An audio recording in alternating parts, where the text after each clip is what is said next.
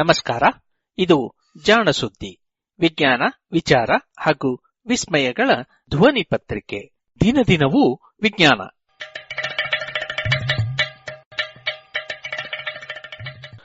ಸಂಪುಟ 3, ಸಂಚಿಕೆ 309, ಜುಲೈ 27, 2020. ಸುದ್ದಿ ಸಂಶೋಧನೆ.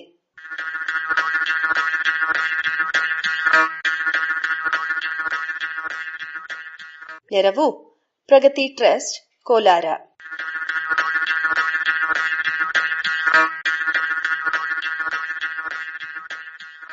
ಕ್ಷಿತಿಕಂಪಿಸಿದ ಹುಲುಮಾನವರು.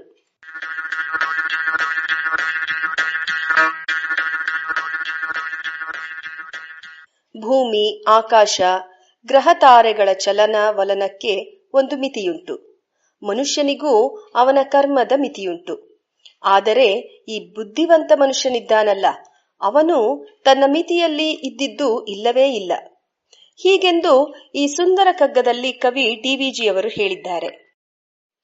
ಕ್ಷಿತಿಚಕ್ರ, ರವಿಚಕ್ರ, ಋತುಚಕ್ರಗಳಿಗಿಹುದು ಮಿತವೃತ್ತಿ, ನರನಿಗಂತೆಯೇ ಕರ್ಮನಿಯತಿ. ಕ್ಷಿತಿಕಂಪ, ರಾಹುಕೇತು ಭ್ರಮೆ, ನರಪ್ರಗತಿ. ಅತಿಚರಿತೆ ಪ್ರಕೃತಿಯಲ್ಲಿ ಮಂಕುತಿಮ್ಮ. ಮನುಷ್ಯನ ಬುದ್ಧಿ ಎಷ್ಟು ಎಂದರೆ ಆತ ರಾಹುಕೇತು ಎನ್ನುವ ಭ್ರಮೆಯನ್ನೂ ಹುಟ್ಟಿಸಿಕೊಳ್ಳಬಲ್ಲ, ಹಾಗೆಯೇ ಪ್ರಗತಿಯನ್ನೂ ಸಾಧಿಸಬಲ್ಲ. ಆದರೆ ಇವೆಲ್ಲವೂ ಅತಿಚರಿತೆಗಳು, ಅಂದರೆ ಮಿತಿಮೀರಿದ ನಡತೆಗಳು ಎನ್ನುತ್ತಾರೆ ಕವಿ. ರವಿ ಕಾಣದ್ದನ್ನು ಕವಿ ಕಾಣುತ್ತಾನೆ ಎನ್ನುವ ಮಾತಿದೆ. ಮೊನ್ನೆ ಸೈನ್ಸ್ ಪತ್ರಿಕೆಯಲ್ಲಿ ಪ್ರಕಟವಾದ ಸಂಶೋಧನೆಯ ವಿವರಗಳನ್ನು ಓದಿದಾಗ ಈ ಮಾತು ನೆನಪಾಗುತ್ತದೆ. ವಿಜ್ಞಾನಿಗಳು ಕಾಣದ್ದನ್ನು ಕವಿಮನ ಕಂಡಿತ್ತೇ ಎನಿಸುತ್ತದೆ. ಬೆಲ್ಜಿಯಂನ ಭೂಕಂಪನಗಳ ಅಧ್ಯಯನಗಳ ಪ್ರಯೋಗಾಲಯದ ವಿಜ್ಞಾನಿ ಥಾಮಸ್ ಲೆಕಾಕ್ ಇನ್ನೂ 10 ರಾಷ್ಟ್ರಗಳ 100 ವಿಜ್ಞಾನಿಗಳ ಜೊತೆ ಸೇರಿ ಲಾಕ್ಡೌನ್ ಸಂದರ್ಭದಲ್ಲಿಯೂ ನಡೆಸಿದ ಸಂಶೋಧನೆಯ ವಿವರಗಳನ್ನು ಸೈನ್ಸ್ ಪ್ರಕಟಿಸಿದೆ. ಇವರು ತಮ್ಮ ಸಹೋದ್ಯೋಗಿಗಳ ಜೊತೆಗೂಡಿ ಹಾಗೂ ಜನಸಾಮಾನ್ಯರ ನೆರವನ್ನು ಪಡೆದುಕೊಂಡು ಪ್ರಪಂಚದ ವಿವಿಧೆಡೆಗಳಲ್ಲಿ ಲಾಕ್ಡೌನ್ ಸಂದರ್ಭದಲ್ಲಿ ಭೂಮಿಯ ನಡುಕ ಹೇಗಿತ್ತು ಎಂದು ಅಳೆದಿದ್ದಾರೆ. ಆ ಸಂದರ್ಭದಲ್ಲಿ ಭೂಮಿ ಬಲು ಶಾಂತವಾಗಿತ್ತಂತೆ. ಅಂದರೆ ಸಾಮಾನ್ಯವಾಗಿ ನಮ್ಮ ಅತಿ ಸೂಕ್ಷ್ಮ ಸಂವೇದಿ ಯಂತ್ರಗಳು ನಿತ್ಯವೂ ದಾಖಲಿಸುವ ನೆಲಕಂಪನಗಳು ಮನುಷ್ಯರಿಂದಾಗಿ ಆಗಿದ್ದು. ನರಚರಿತೆಯಿಂದಾದ ಕ್ಷಿತಿಕಂಪಗಳು ಎನ್ನುವುದು ಇವರ ತರ್ಕ. ಸಿಟಿಜನ್ ಸೈನ್ಸ್ ಅಥವಾ ಜನವಿಜ್ಞಾನ ಎನ್ನುವ ಹೊಸ ಕಲ್ಪನೆಯ ಸಾಧ್ಯತೆಗಳನ್ನೂ ಈ ಸಂಶೋಧನೆ ಬಿಚ್ಚಿಟ್ಟಿದೆ. ಇಂದಿನ ಮಾನವ ಯುಗದ ಪರಿಣಾಮ ಇದು ಎನ್ನುತ್ತದೆ ಈ ಸಂಶೋಧನೆ. ಭೂಮಿಯ ಚರಿತೆಯೇ ಬದಲಾಗಿದೆ. ಇದುವರೆವಿಗೂ ನಾವು ಭೂಮಿಯ 500 ಕೋಟಿ ವರ್ಷಗಳ ಚರಿತ್ರೆಯನ್ನು ಕೆಲವು ಯುಗಗಳನ್ನಾಗಿ ವಿಂಗಡಿಸಿ ಅಧ್ಯಯನ ಮಾಡಿದ್ದೆವು. ಅತಿ ಪುರಾತನ ಯುಗದಲ್ಲಿ ಯಾವ ಜೀವಿಗಳೂ ಇರಲಿಲ್ಲ. ಅನಂತರ ಶಿಲೆಗಳು ರೂಪುಗೊಂಡವು, ನೀರು ಹುಟ್ಟಿ ಸೂಕ್ಷ್ಮ ಜೀವಿಗಳು ಕಾಣಿಸಿಕೊಂಡವು. ತದನಂತರ ಜಟಿಲ ರಚನೆಯ ಜೀವಿಗಳು ಒಂದೊಂದೇ ವಿಕಾಸವಾಗುತ್ತಾ ಹೋದವು. ಕೊನೆಗೆ ಕೇವಲ 3 ರಿಂದ 10 ಲಕ್ಷ ವರ್ಷಗಳೊಳಗೆ ಈ ಮನುಷ್ಯನೆಂಬ ಜೀವಿ ಉದ್ಭವವಾದ. ಈ 10 ಲಕ್ಷ ವರ್ಷಗಳಲ್ಲಿ ತೀರಾ ಇತ್ತೀಚಿನವರೆವಿಗೂ ಈ ನರ ಹುಟ್ಟಿದ ಭೂಮಿಗೆ ಭಾರವಾಗಿರಲಿಲ್ಲ. ಅಂದರೆ ಅಲ್ಲಿಯವರೆವಿಗೂ ಈ ಭೂಮಿಯ ಪರಿಸರ ನಿಸರ್ಗದ ನಿಯಮಗಳಿಗೆ ತಕ್ಕಂತೆ ಬದಲಾಗುತ್ತಿತ್ತು. ಆದರೆ ಕಳೆದ ಹಲವು 100 ವರ್ಷಗಳಿಂದ ಇದು ಬದಲಾಗಿದೆ. ಈಗಿರುವ ಹವಾಮಾನವೆಲ್ಲವೂ ಮನುಷ್ಯನ ನಡವಳಿಕೆಗಳಿಂದ ಬದಲಾಗಿವೆ. ಗಾಳಿ ಮಲಿನವಾಗಿದೆ, ಭೂಮಿಯ ಉಷ್ಣತೆ ಏರುತ್ತಿದೆ, ಅಂತರ್ಜಲದ ಮಟ್ಟ ಹಾಗೂ ಗುಣಮಟ್ಟ ಕೆಡುತ್ತಿದೆ. ಇವೆಲ್ಲವೂ ಸಹಜವಾಗಿ ಆದ ಬದಲಾವಣೆಗಳಲ್ಲ, ನರಚರಿತೆಯಿಂದ ಆಗಿದ್ದು ಎನ್ನುವುದು ವಿಜ್ಞಾನಿಗಳ ತರ್ಕ. ಹೀಗಾಗಿ ಇವರು ಇದು ಬಲು ವಿಶಿಷ್ಟ ಕಾಲವೆಂದು ಹೊಸ ಹೆಸರನ್ನೇ ಇಟ್ಟಿದ್ದಾರೆ. ಆಂಥ್ರಾಫೋಸಿಸ್ ಅಥವಾ ನರಯುಗ ಎಂದು ಇದಕ್ಕೆ ಹೆಸರು. ಮುಂದೆಂದಾದರೂ ಯಾರಾದರೂ ಭೂಮಿಯ ಚರಿತೆಯನ್ನು ಅಧ್ಯಯನ ಮಾಡಿದಾಗ 2000 ವರ್ಷಗಳಲ್ಲಿ ಈ ಭೂಮಿಯ ಬಹುತೇಕ ಗುಣಗಳು ಇದ್ದಕ್ಕಿದ್ದ ಹಾಗೆ ಬದಲಾಗಿರುವುದನ್ನು ಕಾಣುವರು. ಈ ಬದಲಾವಣೆಗೆ ಕಾರಣ ನಾವು, ಅರ್ಥಾತ್ ನಮ್ಮ ಅತಿಚರಿತೆ ಎನ್ನಬಹುದು. ಇದಕ್ಕೆ ಉದಾಹರಣೆ ಈ ಭೂಮಿಯ ಕಂಪನಗಳು ಎನ್ನುತ್ತಾರೆ ಲೆಕಾಕ್.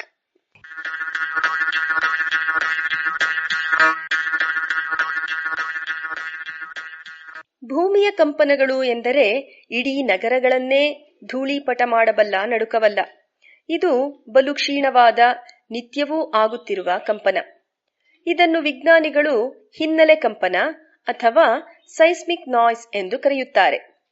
ಈ ನಿತ್ಯದ ಲಘು ಕಂಪನಗಳು ಲಾಕ್ಡೌನ್ ಅವಧಿಯಲ್ಲಿ ಕಡಿಮೆಯಾಗಿವೆಯಂತೆ. ಅದು ಅಷ್ಟಿಷ್ಟಲ್ಲ, ಸಾಮಾನ್ಯಕ್ಕಿಂತಲೂ ಅರ್ಧಕ್ಕರ್ಧ ಇದು ಕಡಿಮೆಯಾಗಿದೆ. ಈ ಶಾಂತತೆ ಬಲು ದೀರ್ಘಕಾಲದವರೆಗೆ ಹಾಗೆಯೇ ಇತ್ತು ಎಂದು ಇವರು ಗುರುತಿಸಿದ್ದಾರೆ. ಇದಕ್ಕೆ ಕಾರಣ ಮನುಷ್ಯನ ಚಟುವಟಿಕೆಗಳು. ಲಾಕ್ಡೌನ್ ಅವಧಿಯಲ್ಲಿ ಅತಿ ಕಡಿಮೆ ಆಗಿದ್ದು ಮನುಷ್ಯನ ಚಟುವಟಿಕೆಗಳಾದ್ದರಿಂದ ಭೂನಡುಕಗಳಿಗೆ ಮಾನವ ಹಾಗೂ ಆತನ ನೂರಾರು ಚಟುವಟಿಕೆಗಳು ಕಾರಣ ಎಂದು ಇವರು ತರ್ಕಿಸಿದ್ದಾರೆ. ಭೂಮಿಯಲ್ಲಿ ನಿತ್ಯ ಕಂಪನಗಳು ಆಗುತ್ತವೆ ಎನ್ನುವುದನ್ನು ಕೇಳಿ ನಿಮಗೂ ನಡುಕ ಬಂತೆ? ತಾಳಿ, ಅಷ್ಟು ಹೆದರಬೇಕಿಲ್ಲ. ಈ ಭೂಮಿಯೂ ಒಂದು ವಸ್ತುವಷ್ಟೇ. ಅತ್ತ ಘನ, ಸ್ವಲ್ಪ ದ್ರವ, ಇನ್ನಿಷ್ಟು ಅನಿಲವೂ ತುಂಬಿರುವ ವಿಚಿತ್ರ ವಸ್ತು. ಇದರ ಮೇಲೆ ಏನೇ ಹೊಡೆತ ಬಿದ್ದರೂ ಲೋಹದ ಗಂಟೆ ಕಂಪಿಸುವಂತೆ ಇದುವೂ ಕಂಪಿಸಬೇಕು. ನಾವು ನೀವು ನಡೆದಾಡಿದರೂ ಭೂಮಿ ಕಂಪಿಸುತ್ತದೆ. ನೆಲದ ಮೇಲೆ ಸರಿದಾಡುವ ಹಲ್ಲಿ, ಹಾವುಗಳು ಈ ಕಂಪನಗಳನ್ನು ಗುರುತಿಸಿ ನಮ್ಮಿಂದ ತಪ್ಪಿಸಿಕೊಂಡು ಹೋಗುತ್ತವೆ. ಇದು ನಾವು ನಡೆದಾಡಿದಾಗ ಆಗುವ ನಡುಕ. ಈ ಭೂಮಿಯ ಮೇಲಿರುವ ಒಟ್ಟು 800 ಕೋಟಿ ಜನತೆಯೂ ಒಟ್ಟಿಗೆ ನಡೆದರೆ ಹೇಗಿದ್ದೀತು ಅಲ್ಲವೇ? ಅದೃಷ್ಟವಶಾತ್ ನಾವೆಲ್ಲ ಬೇರೆ ಬೇರೆ ಕಡೆ ಹರಡಿ ಹೋಗಿರುವುದರಿಂದ ನಮ್ಮೆಲ್ಲರ ನಡೆಯೂ ಉಂಟು ಮಾಡಿದ ಕಂಪನ ಭೂಮಿಯನ್ನು ಕಿಂಚಿತ್ತೂ ಬಾಧಿಸುವುದಿಲ್ಲ. ಮತ್ತೇಕೆ ಚಿಂತೆ ಎಂದಿರಾ? ಇದೆ. ಭೂವಿಜ್ಞಾನಿಗಳು ನಿತ್ಯವೂ ಭೂಮಿಯ ಮೇಲ್ಮೈನಲ್ಲಿ ಆಗುವ ನಡುಕಗಳನ್ನು ಅಧ್ಯಯನ ಮಾಡುತ್ತಾರೆ. ಈ ಕಂಪನಗಳು ಅರ್ಥಾತ್ ಆಘಾತದ ಅಲೆಗಳು ಭೂಮಿಯ ಒಳಮೈಯಲ್ಲಿ ಏನಿದೆ ಎನ್ನುವುದನ್ನು ಅರ್ಥ ಮಾಡಿಕೊಳ್ಳಲು ನೆರವಾಗುತ್ತವೆ. ಹಾಗೆಯೇ ನಿತ್ಯವೂ ಭೂಮಿಯ ಅಂತರಂಗದಲ್ಲಿ ಆಗುವ ತೊಳಲಾಟಗಳ ಮೇಲೆ ಕಣ್ಣಿಡಲು ನೆರವಾಗುತ್ತವೆ. ಏಕೆಂದರೆ ನೆಲದಡಿಯಲ್ಲಿ 1-2 ಕಿಲೋಮೀಟರ್ ಆಳದಲ್ಲಿ ಆಗುವ ಬದಲಾವಣೆಗಳು ಕೆಲವೊಮ್ಮೆ ಭೂಕಂಪಗಳಿಗೆ ಕಾರಣವಾಗುತ್ತವೆ. ಉದಾಹರಣೆಗೆ, ನೆಲದಡಿಯಲ್ಲಿ ಇರುವ ಗಟ್ಟಿಯಾದ ಶಿಲೆಗಳ ನಡುವೆ ಹೊಸದಾಗಿ ಬಿರುಕು ಕಾಣಿಸಿಕೊಳ್ಳಬಹುದು. ಇದು ನೆಲ ಜರುಗಿ ಭೂಕಂಪನಕ್ಕೆ ಎಡೆಮಾಡಿಕೊಡಬಹುದು. ಅಥವಾ ಆ ಬಿರುಕು ಬಲು ಆಳದಲ್ಲಿ ಆಗಿದ್ದಾದರೆ ಭೂಮಿಯ ಒಳಗೆ ಆಳದಲ್ಲಿರುವ ಶಿಲಾರಸ ಮೇಲುಕ್ಕಿ ಬಂದು ಬಿಡಬಹುದು. ಆಗಲೂ ಭೂಕಂಪ ಆಗುವುದುಂಟು. ಇದ್ಯಾವುದೇ ಇಲ್ಲದಿದ್ದರೂ ನೆರೆಯಲ್ಲಿರುವ ಯಾರೋ ಕಳ್ಳತನದಿಂದ ಬಾಂಬೊಂದನ್ನು ಸಿಡಿಸಿದರೆನ್ನಿ, ಅದನ್ನು ಕೂಡ ಈ ಕಂಪನಗಳ ಅಧ್ಯಯನದಿಂದ ಪತ್ತೆ ಮಾಡಬಹುದು. ಹೀಗಾಗಿ ಪ್ರಪಂಚದ ಹಲವೆಡೆ ಭೂಕಂಪನ ಮಾಪಕ ಕೇಂದ್ರಗಳನ್ನು ಅರ್ಥಾತ್ ಸೈಸ್ಮಿಕ್ ಸ್ಟೇಷನ್ಗಳನ್ನು ಸ್ಥಾಪಿಸಿ ನಿತ್ಯವೂ ಕಂಪನಗಳನ್ನು ದಾಖಲಿಸಲಾಗುತ್ತದೆ. ಕಂಪನಗಳ ವಿವರಗಳನ್ನು ಸಂಗ್ರಹಿಸಿ ಅಧ್ಯಯನ ಮಾಡುತ್ತಾರೆ. ಈ ಕೆಲಸಕ್ಕೆ ಅಡ್ಡಿಯಾಗಿರುವುದು ನಿತ್ಯ ಕಂಪನ ಅಥವಾ ಸೈಸ್ಮಿಕ್ ನಾಯ್ಸ್, ಭೂನಡುಕದ ಗದ್ದಲ.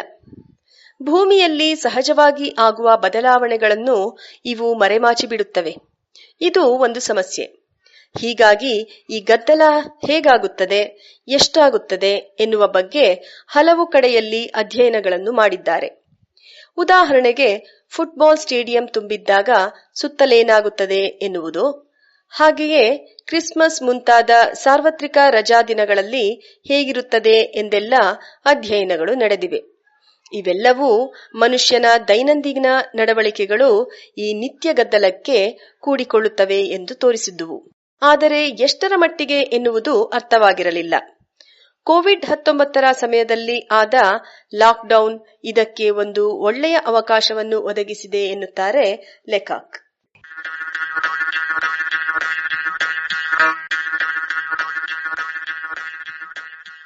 ಈ ತಂಡ ಪ್ರಪಂಚದಲ್ಲಿ 337 ಕಡೆಗಳಲ್ಲಿ ಜನವರಿ 2020 ಆರಂಭದಿಂದ ಇಂದಿನವರೆಗೂ ದಾಖಲಿಸಿದ ಕಂಪನಗಳ ವಿವರಗಳನ್ನು ಒಟ್ಟು ಮಾಡಿದರು. ಇದರಲ್ಲಿ ಗದ್ದಲವೆಂದು ಗುರುತಿಸಲ್ಪಡುವ ಕಂಪನಗಳನ್ನು ಗುರುತಿಸಿದರು. ಸಾಮಾನ್ಯವಾಗಿ ಭೂಮಿ ಕಂಪಿಸಿದರೆ ಮೇಲೆ ಎದ್ದೆದ್ದು ಬೀಳಬಹುದು ಅಥವಾ ಅಡ್ಡಡ್ಡಲಾಗಿ ಕುಲುಕಬಹುದು. ಎರಡೂ ಸಂದರ್ಭದಲ್ಲಿ ದಾಖಲಾಗುವ ತರಂಗಗಳ ಸ್ವರೂಪ ವಿಭಿನ್ನವಾಗಿರುತ್ತವೆ. ಇದರಿಂದಾಗಿ ಇವರು ಕೇವಲ ಎದ್ದೆದ್ದು ಬಿದ್ದಾಗ ಉಂಟಾಗುವ ತರಂಗಗಳನ್ನಷ್ಟೇ ವಿಶ್ಲೇಷಿಸಿದ್ದಾರೆ.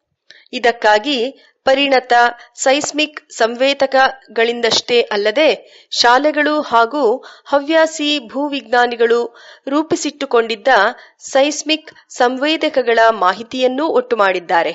ರಾಸ್ಬೆರಿ ಪೈ ಎನ್ನುವ ಸಾಧನವನ್ನು ಬಳಸಿ ಹಲವು ಶಾಲೆಗಳು ಈ ರೀತಿಯ ಅಧ್ಯಯನಗಳನ್ನು ನಡೆಸುತ್ತವೆ. ಇವೆಲ್ಲವನ್ನು ಲಾಕ್ಡೌನ್ ಸಮಯದಲ್ಲಿ ಆಗುತ್ತಿದ್ದ ಇತರೆ ವಿದ್ಯಮಾನಗಳ ಮಾಹಿತಿಗಳ ಜೊತೆಗೆ ಹೋಲಿಸಿದರು. ಉದಾಹರಣೆಗೆ, ಈ ಅವಧಿಯಲ್ಲಿ ವಿವಿಧೆಡೆಗಳಲ್ಲಿ ಜನಗಳ ಸಂಚಾರ ಹೇಗಿತ್ತು, ಕಡಿಮೆಯಾಗಿತ್ತೋ ಈ ಬಗೆಯ ವಿವರಗಳನ್ನೂ ಒಟ್ಟು ಮಾಡಿ ಭೂಕಂಪನಗಳಲ್ಲಿನ ಆಗುವ ವ್ಯತ್ಯಾಸಕ್ಕೂ ಇವಕ್ಕೂ ಏನಾದರೂ ತಾಳೆ ಆಗಬಹುದೋ ಎಂದು ಪರಿಶೀಲಿಸಿದ್ದಾರೆ.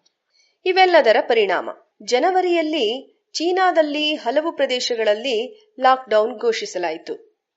ತದನಂತರ ನಿಧಾನವಾಗಿ ಒಂದೊಂದೇ ದೇಶದಲ್ಲಿ ಇದು ಜಾರಿಗೆ ಬಂದಿತು. ಇವರ ಅಧ್ಯಯನದಲ್ಲಿ ಗದ್ದಲದ ಕಂಪನಗಳು ಈ ರೀತಿಯ ಲಾಕ್ಡೌನ್ ಘೋಷಣೆಯ ನಂತರ ನಿಧಾನವಾಗಿ ಕಡಿಮೆಯಾಗಿದ್ದನ್ನು ತೋರಿಸಿವೆ. ಈ ಕುಸಿತ ಎಲ್ಲ ಕಡೆಯಲ್ಲಿಯೂ ಲಾಕ್ಡೌನ್ ಘೋಷಣೆಯ ನಂತರವೇ ಕಾಣಿಸಿದ್ದು ಕಾಕತಾಳೀಯವಲ್ಲ. ಹಾಗಂತ ಈ ಕುಸಿತ ಎಲ್ಲ ಕಡೆಯೂ ಒಂದೇ ಸಮನಾಗಿಲ್ಲ ಎನ್ನುವುದನ್ನು ಇವರು ಗಮನಿಸಿದ್ದಾರೆ. ಜನದಟ್ಟಣೆ ಹೆಚ್ಚಿರುವ ನಗರ ಪ್ರದೇಶಗಳಲ್ಲಿ ಈ ಕುಸಿತದ ಪ್ರಮಾಣ ಹೆಚ್ಚು. ಇನ್ನು ಕೆಲವೆಡೆಗಳಲ್ಲಿ ಇದು ಅಷ್ಟು ಇಲ್ಲ. ಇದು ಕೂಡ ಡಿವಿಜಿಯವರ ಮಾತಿನಲ್ಲಿ ಹೇಳುವುದಾದರೆ ಜನಚರಿತೆಯಿಂದಲೇ ಆಗಿದ್ದು ಎನ್ನಬೇಕಷ್ಟೆ. ಇದಕ್ಕೆ ಪೂರಕವಾಗಿ ಗೂಗಲಿನಲ್ಲಿ ಪಡೆದ ವಾಹನ ಸಂಚಾರದ ವಿವರಗಳೂ ಇವೆ. ಇದು ಈ ವರ್ಷ ನಾವು ಕಂಡ ಅತಿ ಶಾಂತ ಭೂಮಿ ಎಂದು ಇವರು ಹೇಳುತ್ತಾರೆ. ಪ್ರತಿ ವರ್ಷವೂ ಕ್ರಿಸ್ಮಸ್ ಅಥವಾ ಇನ್ಯಾವುದಾದರೂ ಹಬ್ಬಗಳ ಸಮಯದಲ್ಲಿ ಯುರೋಪು, ಅಮೆರಿಕೆಯಲ್ಲಿ ಸ್ಥಳೀಯವಾಗಿ ಈ ರೀತಿ ನೆಲಗದ್ದಲ ಕಡಿಮೆಯಾಗುತ್ತಿದ್ದುದನ್ನು ನೋಡಬಹುದಿತ್ತು. ಆದರೆ ಈ ವರ್ಷ ವೈರಸ್ ದಾಳಿಯಿಂದಾಗಿ ಅತಿ ದೀರ್ಘಾವಧಿಯ ಶಾಂತಿಯಷ್ಟೇ ಅಲ್ಲ, ಅತಿ ಕಡಿಮೆ ಗದ್ದಲವೂ ದಾಖಲಾಗಿದೆ. ಇದೇ ರೀತಿಯಲ್ಲಿ ಜನಸಾಮಾನ್ಯರನ್ನೂ ಕೂಡಿಸಿಕೊಂಡು ಸೈಸ್ಮಿಕ್ ಅಲೆಗಳ ಅಧ್ಯಯನವನ್ನು ನಿತ್ಯವೂ ಕೈಗೊಂಡರೆ ಕೇವಲ ಭೂಮಿಯ ಅಂತರಂಗವನ್ನಷ್ಟೇ ಅಲ್ಲ, ಜನತೆಯ ವರ್ತನೆಗಳ ಮೇಲೂ ನಿಗಾ ಇಡಬಹುದು ಎನ್ನುವುದು ಇವರ ತರ್ಕ. ಉದಾಹರಣೆಗೆ, ರಷ್ಯಾದ ಸೀಮೆಯ ಬಳಿ ಇರುವ ಚೀನಾದ ಪಟ್ಟಣವೊಂದರಲ್ಲಿ ಇತ್ತೀಚೆಗೆ ಈ ಬಗೆಯ ಕುಸಿತ ಕಂಡುಬಂದಿತ್ತು.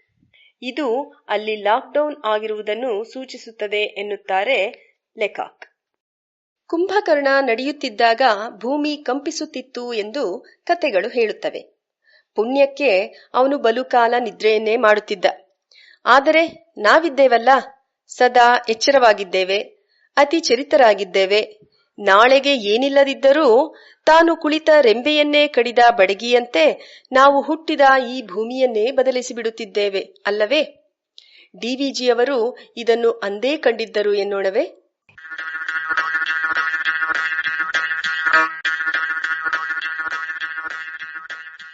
ಇದು ಸುದ್ದಿ ಸಂಶೋಧನೆ. ರಚನೆ ಶ್ರೀ ಕೊಳ್ಳೆಗಾಲ ಶರ್ಮಾ. ಪ್ರಸ್ತುತಿ ಶ್ರೀಮತಿ ಎಎಸ್ ಪ್ರತಿಭಾ.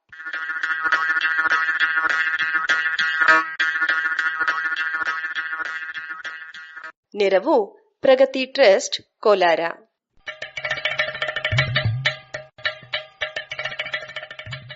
ಜಾಣ ಸುದ್ದಿಯ ಬಗ್ಗೆ ಸಲಹೆ ಸಂದೇಹಗಳು ಇದ್ದಲ್ಲಿ ನೇರವಾಗಿ 9886640328 ಈ ನಂಬರಿಗೆ ವಾಟ್ಸಪ್ ಮಾಡಿ, ಇಲ್ಲವೇ ಕರೆ ಮಾಡಿ.